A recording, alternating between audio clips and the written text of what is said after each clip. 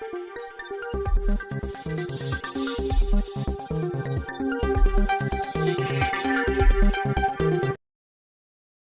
To ATV. తొలగించిన SC కులాల MPTC ZPTC రిజర్వేషన్లు అమలు చేయాలి. బొమ్మర శ్రీనివాస్. భద్రాద్రి కొత్తగూడెం జిల్లా కొత్తగూడెం టౌన్ న్యూస్. షెడ్యూల్ కులాల హక్కుల పోరాట సమితి వ్యవస్థాపక అధ్యక్షులు బొమ్మర శ్రీనివాస్ ప్రకటన విడుదల చేశారు.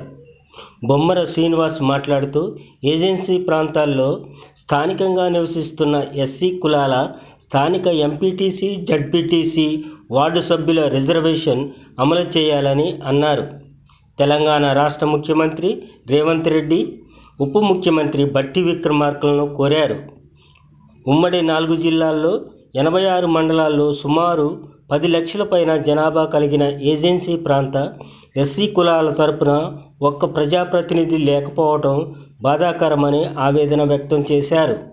తెలంగాణ రాష్ట్రం ఏర్పడ్డాక ఏజెన్సీ ప్రాంత ఎస్సీ కులాలను అన్యాయం చేయటం తగదని అన్నారు. ఏజెన్సీ ప్రాంత ఎస్సీ కులాలకు గతంలో మాదిరిగా పంచాయతీ ఎన్నికల్లో స్థానిక జడ్పీటీసీ ఎంపీటీసీ వార్డు సభ్యులకు రిజర్వేషన్ అమలు చేయాలని ప్రభుత్వాన్ని కోరారు. 2 భూభాగాలుంటే ఏజెన్సీ భూభాగంలో ఉండబడినటువంటి ఎస్సీ కులాలకు గతంలో స్థానికంగా రిజర్వేషను ఉండేది. ఏదైతే తెలంగాణ రాష్ట్రం ఏర్పడిన తర్వాత 2019లో జరిగినటువంటి స్థానిక ఎన్నికల్లో ఎస్టీ జనరల్ అని చెప్పి 2 విభాగాలుగా రిజర్వేషన్ విభజించడం వల్ల ఎస్సీ కులాలను జనరల్లో కలపడం వల్ల ఏజెన్సీ ప్రాంతంలో గతంలో ఉండబడినటువంటి ఎంపీటీసీలు జడ్పీటీసీలు వార్డు సభ్యులకు రిజర్వేషన్ లేకుండా తీరని అన్యాయం జరిగింది.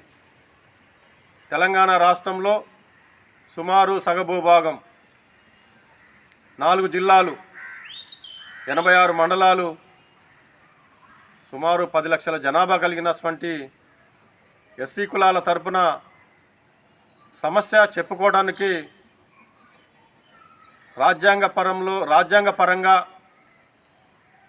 ఏ ఒక్క కూడా ప్రజాప్రతినిధి లేడు అంటే భారత రాజ్యాంగంలో పొందుపరిచినటువంటి రిజర్వేషను ఏజెన్సీ ప్రాంత ఎస్సీ కులాలకు వర్తిస్తుందా లేదనేది ప్రభుత్వాలు గుర్తించాల్సిన అవసరం ఉంది.